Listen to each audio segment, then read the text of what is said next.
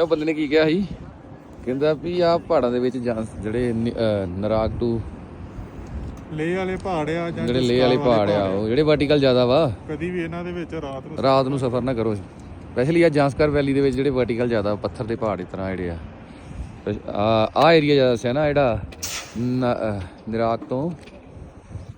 ਨਿਰਾਗ ਤੋਂ ਨਿੰਮੂ ਤੇ ਜਾਂ ਫਿਰ ਉੱਧਰੋਂ ਨਿਰਾਗ ਤੋਂ ਲਾਮਾਯੂਰੂ ਰਾਤ ਨੂੰ ਕਹਿੰਦੇ ਨਵੀਂ ਆ ਜਾਂਦੀ ਪਹਾੜਾਂ ਦੇ ਵਿੱਚ, ਡਿੱਗਣ ਦੇ ਚਾਂਸਸ ਜ਼ਿਆਦਾ ਹੋ ਜਾਂਦੇ ਆ। ਇਸ ਕਰਕੇ ਕਦੀ ਵੀ ਟਰੈਵਲਿੰਗ ਕਰਨੀ ਰਾਤ ਨੂੰ ਟਰੈਵਲਿੰਗ ਨਾ ਕਰੋ, ਦਿਨ ਕਰੋ।